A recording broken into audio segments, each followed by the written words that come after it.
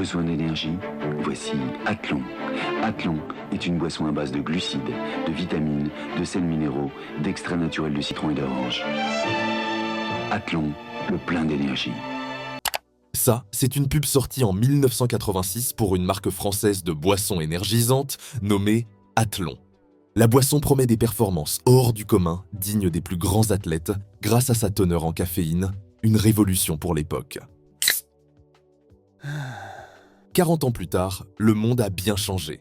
Starbucks, Monster, Red Bull ou même en pilule, au moins 80% de la population consomme de la caféine, en connaissant tous les dangers potentiels et les effets néfastes. Vous en avez sûrement dans votre sang actuellement, ou peut-être même que vous n'arrivez pas à dormir à cause d'elle, et que du coup, vous regardez cette vidéo. Monster Energy. Put it in your body and ask questions later. It's green, so it's nature. Certains scientifiques qualifient notre consommation de caféine comme la plus grosse au monde, au même stade que l'eau ou d'autres boissons. La caféine est par ailleurs la substance la plus étudiée au monde. Et malgré ça, les scientifiques en l'examinant font toujours de nouvelles découvertes. Certaines entreprises ont vraiment compris très tôt le pouvoir de cette poudre blanche et ont joué de ça dans leur marketing. D'autres ont préféré minimiser ses effets en jouant sur le côté « boisson à très petite dose de caféine », tout en mettant en avant la qualité et la renommée de la boisson. La caféine est un marché mondial de plusieurs milliards de dollars.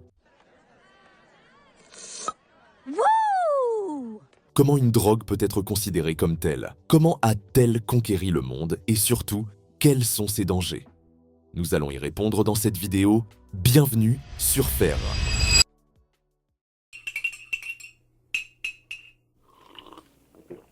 La caféine est assez étrange. Les plantes l'utilisent en général pour se protéger des prédateurs. On la retrouve surtout dans les graines de café, les fèves de cacao et les feuilles de thé. Dans sa forme pure, c'est une poudre blanche, au goût amer et à l'aspect savonneux.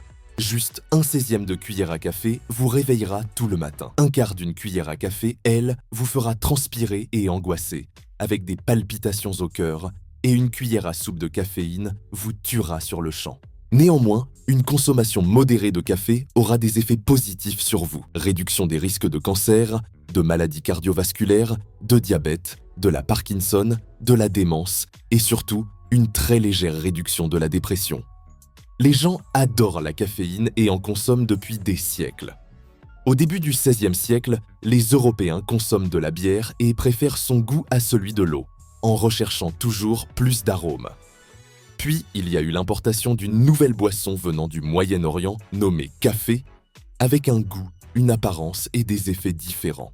Les buveurs de café sont rapidement perçus comme des gens modernes et rebelles, à l'instar des buveurs de bière décrits comme des gens fainéants et casaniers. La population de l'époque pensait qu'il y avait plus de 3000 cafés à Londres, tellement c'était commun d'en trouver un à chaque coin de rue. Certains historiens affirment même que, sans café, le siècle des Lumières et l'industrialisation n'auraient pas été possibles. Pourtant, le sujet du café et de ce qu'il contient était à cette époque extrêmement controversé. Charles II, redoutant le coup d'État sous l'effet énergétique et rebelle de la caféine, interdit le café à sa population. Mais malgré ça, aucune interdiction n'a été assez forte pour interdire le café à l'échelle mondiale et sur le long terme, et la caféine continue continuant de s'étendre au fil des siècles et des années. Au XIXe siècle, une entreprise bien connue, générant plusieurs milliards de dollars, elle, a pris l'essor et l'expansion du café comme principal allié dans sa production. Bright and bracing Coca-Cola. Give yourself a break. Have a Coke.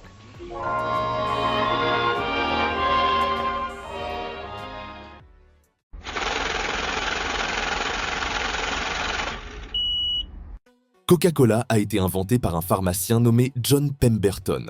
Initialement, son produit était un médicament présenté comme un antidépresseur, pouvant soigner les maux de tête, l'hystérie et la mélancolie. Coca-Cola ayant un effet stimulant, contient à ce moment-ci de la caféine et de la cocaïne qui est rapidement interdite. Coca-Cola l'a retirée afin de garder la caféine qui est encore très riche dans la boisson. Au début du XXe siècle, sa teneur en caféine est égale aux boissons énergisantes actuelles. Malheureusement pour Coca, un homme nommé Harvey Washington Wiley, directeur du bureau de chimie, l'ancien FDA national à ce moment-ci est contre la caféine dans les boissons. Il ne peut pas croire que des enfants en bas âge boivent du coca. Selon lui, le coca est aussi addictif que de l'opium. Il décide de faire la guerre aux géants de la caféine et ordonne aux autorités de confisquer des cargaisons de Coca-Cola. Puis s'ensuit un des procès les plus importants de l'histoire des États-Unis et du monde qui impactera le futur.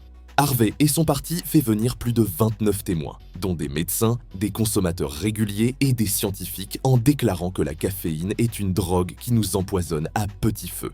Coca-Cola fait rapidement une étude de leur côté pour contrer l'argument, car aucune étude sur la caféine chez l'humain n'avait été faite à cette époque. Et les résultats de l'étude, faits par un scientifique, est sans appel. La caféine est inoffensive et elle améliore même les performances physiques et mentales.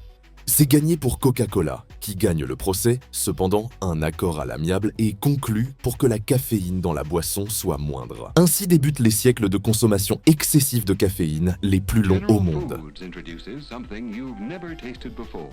100% coffee, 50% reduced caffeine. Le café et les boissons à base de caféine connaissent un succès monstrueux, tellement que Starbucks commençait à détrôner plein de cafés locaux dans les années 80 grâce à leur côté crémeux et leur goût sucré et non amer comme tous les cafés de l'époque. Puis, vers les années 90, les géants de la boisson énergisante commençaient à apparaître. Red Bull en premier, puis Rockstar Energy, puis Monster, puis Celsius dans les années 2000. Le marché était en pleine expansion, avec de nouveaux entrants tous les 5 ans.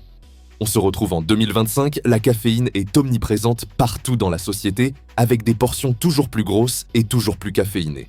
Plus de 110 ans après le procès de Coca-Cola, les effets néfastes de la caféine commencent à être re-questionnés. Était-ce vraiment une bonne idée d'introduire la caféine à la population ? Quels sont les effets néfastes de la caféine ?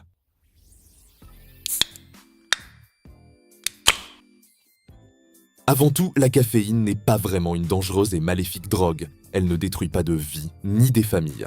Bien qu'il existe des cas d'hospitalisation, d'intoxication ou même de décès, cela reste extrêmement rare.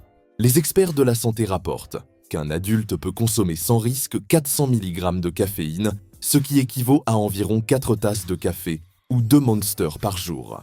Néanmoins, certaines personnes sont plus sensibles à la caféine que d'autres, et la consommation même modérée de celle-ci peut entraîner des palpitations au cœur et de la transpiration abondante. Alors que d'autres ont l'impression de s'endormir après 2 expressos, ce facteur est purement génétique et incontrôlable. Lors d'une expérimentation, des scientifiques ont donné 2 boissons à des personnes, l'une avec de la caféine, l'autre sans. Résultat, la boisson caféinée était d'après eux la meilleure. La caféine est inconsciemment perçue par notre corps, car le cerveau aime avoir ce regain et ce boost, alors on privilégie toujours les aliments qui en contiennent. L'addiction à la caféine est quelque chose de très courant et de souvent inattendu au début. Selon le docteur Roland Griffiths, l'addiction peut même se faire à petite échelle. Une légère dépendance est déjà perceptible avec par exemple des petites doses de café quotidiennement chaque matin avant d'aller au travail. C'est une habitude que votre cerveau a pris inconsciemment. Cette dépendance est lucrative pour les industries qui en font leur commerce principal. Aux États-Unis, sur les 10 boissons les plus populaires, 8 d'entre elles contiennent de la caféine. Par ailleurs, la caféine incite les consommateurs à consommer du sucre, ce qui est très mauvais pour la santé. Les boissons énergisantes type Monster contiennent environ autant de sucre que Coca-Cola, mais 2 fois plus de caféine. La consommation si modérée est parfaite comme en Europe, où les gens consomment beaucoup moins de caféine, comparé aux États-Unis, où 40 à 70% des enfants et adolescents en consomment. Les plus jeunes sont moins tolérants à la caféine. Une consommation excessive chez eux peut provoquer des effets secondaires néfastes et très graves. Mais malheureusement, il n'y a à ce jour aucune étude concluante à ce sujet, ce qui n'est pas un argument valable pour interdire la caféine aux plus jeunes. Des groupes de scientifiques et d'associations de consommateurs réclament des règles plus strictes sur la caféine, comme l'arrêt des publicités pour les boissons énergisantes auprès des adolescents et des enfants. Mais tous ces avertissements n'ont pas été pris au sérieux, surtout à cause de la pression et de la corruption de certaines compagnies.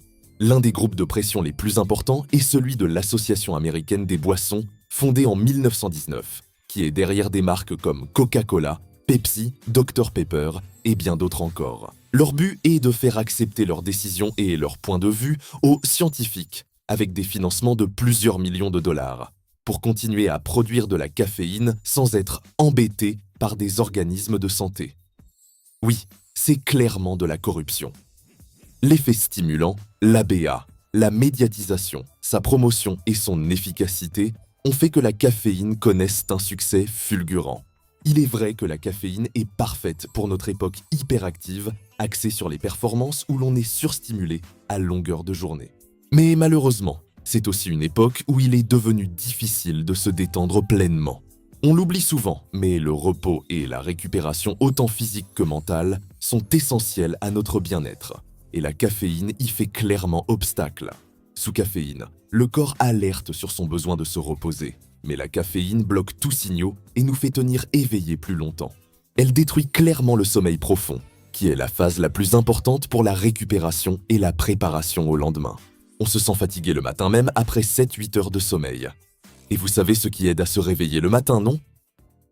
Le café est souvent la solution au problème qu'il a créé. Les gens en boivent le matin pour compenser leur manque de sommeil dû à la caféine et on rentre vite dans un cercle vicieux. Arrêter le café est facile pour beaucoup de personnes, mais il existe quand même des symptômes de sevrage comme des maux de tête, de la fatigue, des changements d'humeur et des problèmes de concentration. Ces symptômes peuvent généralement durer plusieurs jours et ont été classés comme troubles mentaux dans le manuel diagnostique des psychiatres américains. La caféine a transformé la société à tout jamais. Les multinationales exploitent l'effet addictif pour rendre le sucre liquide encore plus attractif.